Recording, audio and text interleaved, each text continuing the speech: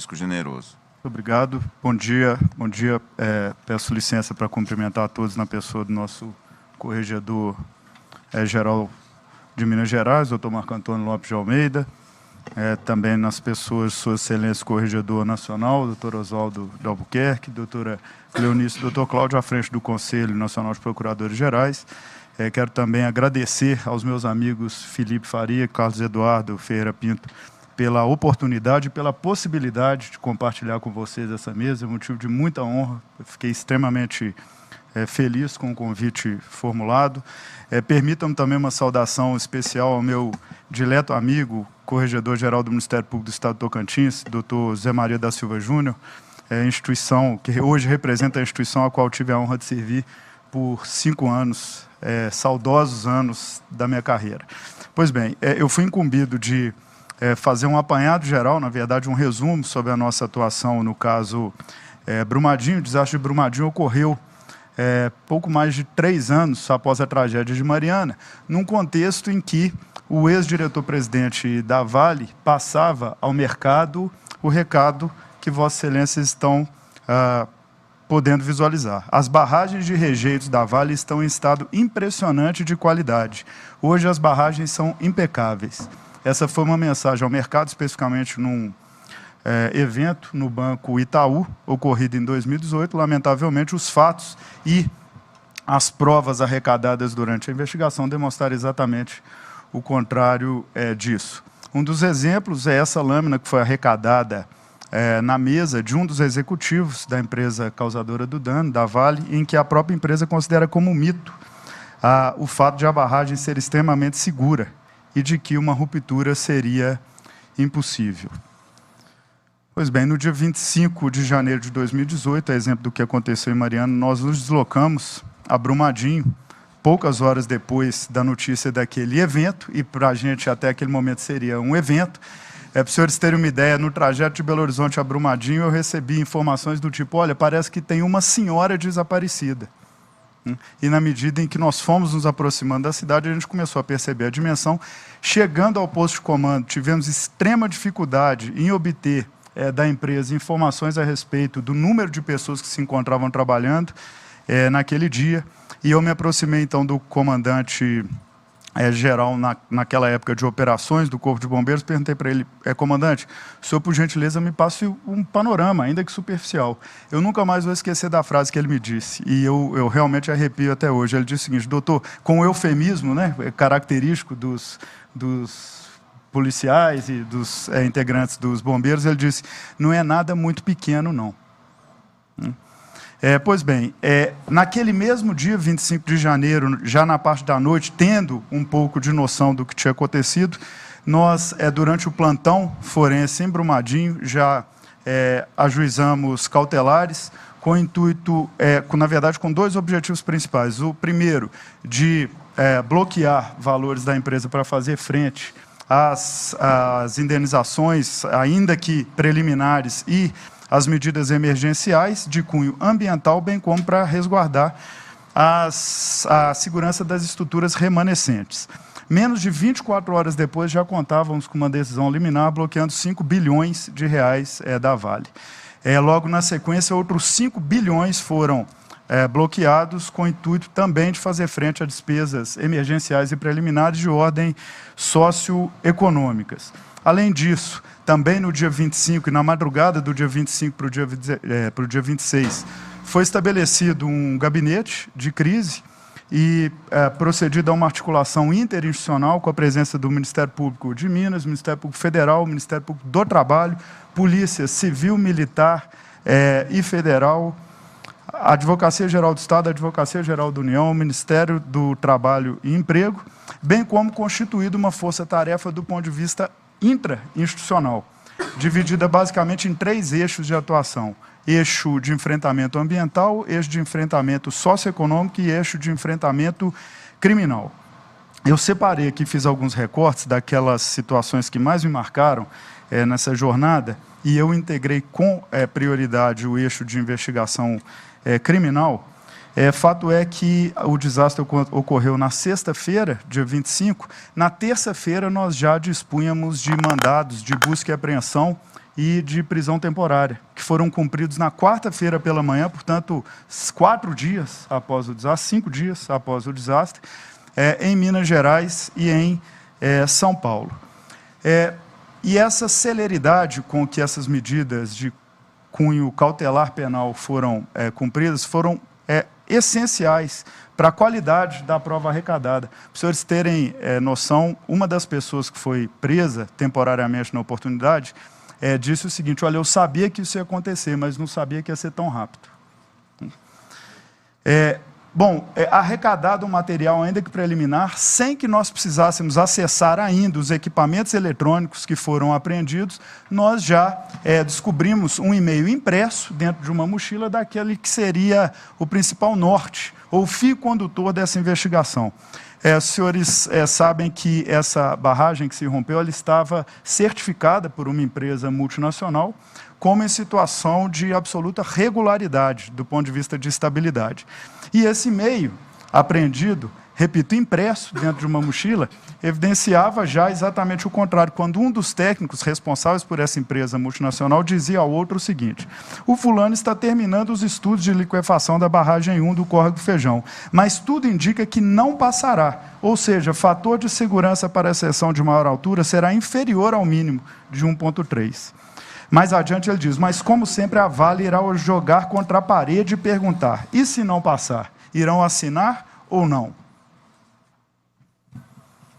Depois disso, outros e-mails evidenciando aí as responsabilidades na investigação, dentre eles uma conversa entre responsáveis pela certificação da empresa, que diziam o seguinte: não esperem muito do fulano, pois acho que não é a praia dele. Eu acho importante definir com o ciclano, nessa vinda dele, com risco da Vale usar o contrato de ESIS como blackmail. Isso aqui diz muito, porque essa mesma empresa que era incumbida de certificar a regularidade da barragem, possuía outros contratos de auditoria com a empresa Vale. Então, existe um conflito de interesse, por quê? Porque esses outros contratos milionários que estão exemplificados nessa tabela poderiam ser utilizados como chantagem caso a estabilidade da barragem não fosse garantida por aquela mesma empresa contemplada por esses contratos. Então, esse conflito de interesse também foi, e nós fomos descobrindo isso ao longo das investigações, também foi algo significativo para a aferição e individualização das condutas dos responsáveis. Fato é que, mesmo diante de toda essa circunstância que já evidenciava a situação crítica da barragem, a declaração de condição de estabilidade foi emitida. Foi emitida e assinada por um técnico dessa empresa multinacional e por um engenheiro da Vale, afirmando que, de acordo com a inspeção realizada, a barragem 1, na data da inspeção, encontrava-se em condições adequadas, tanto do ponto de vista de estabilidade física do maciço, quanto do ponto de vista do dimensionamento das estruturas hidráulicas. Mas o mais estarrecedor ainda estava por vir. No decorrer das investigações, nós apreendemos documentos que evidenciavam que a barragem 1 de Brumadinho era apenas uma de 10 barragens em situação de alarme e de atenção dentro e reconhecidamente dentro da própria corporação, da própria empresa Vale. Então, a partir desse momento, a força-tarefa precisou se desdobrar entre apurar e atuar no caso Brumadinho e nos demais casos das outras 9 barragens que se encontravam em situação crítica. E aí, esse é um trabalho que teve desdobramentos e Felipe vai abordar melhor adiante.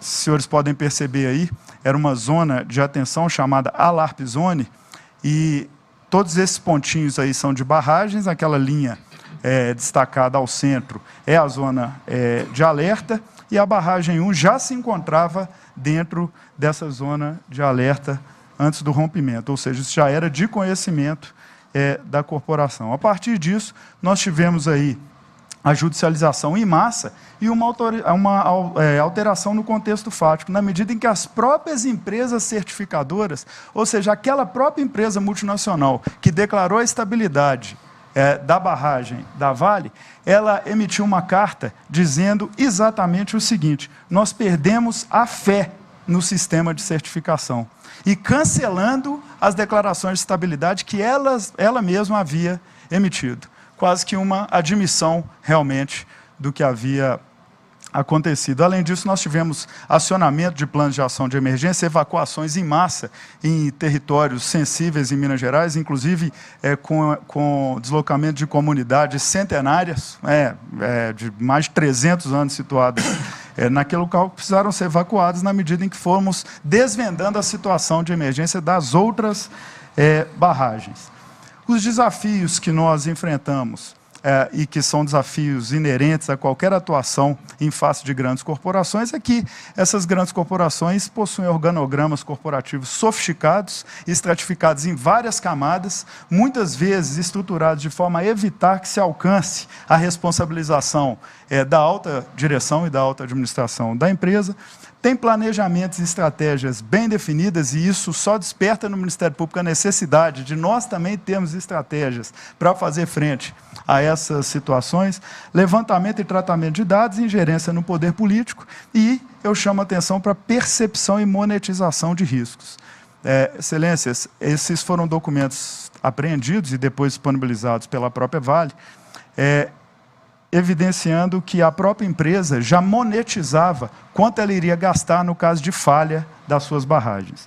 Então, aqui nós temos as consequências em bilhões de dólares, para a barragem 1, 1,5 bilhões de dólares, para a forquilha 3, 4,3 bilhões de dólares, para a forquilha 2, 4,3 bilhões de dólares, etc. E o mais chocante é que esse cálculo de risco monetizado, ele chegava ao ponto de diferenciar o valor, por exemplo, de uma geladeira de uma família de classe A, B, C ou D situada a jusante da barragem, né?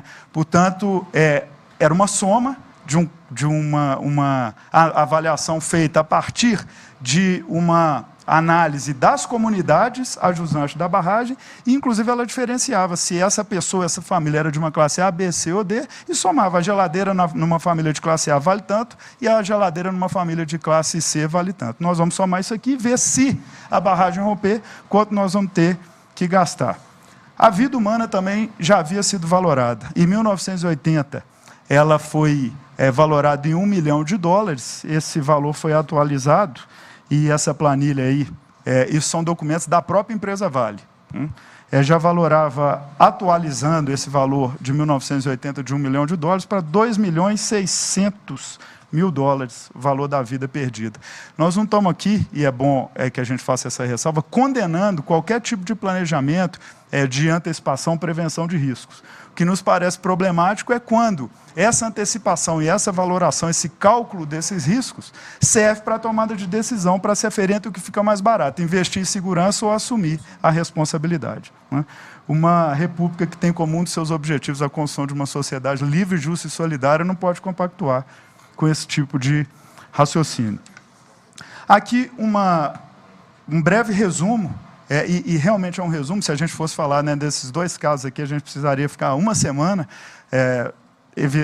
elencando todas as providências tomadas, mas no eixo criminal foram ouvidas 183 pessoas, entre investigados, testemunhas e vítimas sobreviventes, cumpridos 23 mandados de busca e apreensão e analisados 94 dispositivos eletrônicos com milhares de arquivos, e foi oferecida a denúncia no dia 21 de janeiro de 2020, menos de um ano depois do ocorrido, imputando a 16 pessoas físicas a prática do crime de homicídio doloso, duplamente qualificado, pelas 270 vidas perdidas e pela prática de diversos crimes ambientais, além de 2 pessoas jurídicas, a Vale e a Tuvisud, que era a certificadora, pela prática dos crimes ambientais.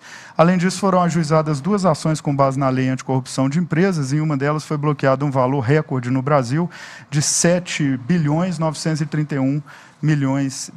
Aqui, de forma também bastante sucinta e resumida, a lâmina coloca quais foram os resultados dos eixos ambiental e socioeconômico, cautelares com bloqueios judiciais, ajuizamentos em março e abril de 2019 das ações civis públicas principais, que culminaram na assinatura do acordo, famoso acordo, no valor de R$37.689.000. Bom, eram essas as considerações que eu gostaria de fazer, mais uma vez agradecendo a oportunidade, para poder falar, né, um pouco aí desse fato que nos afligiu a todos nós mineiros, né, que nos sangrou de fato a alma, não só mineiros, todos nós brasileiros.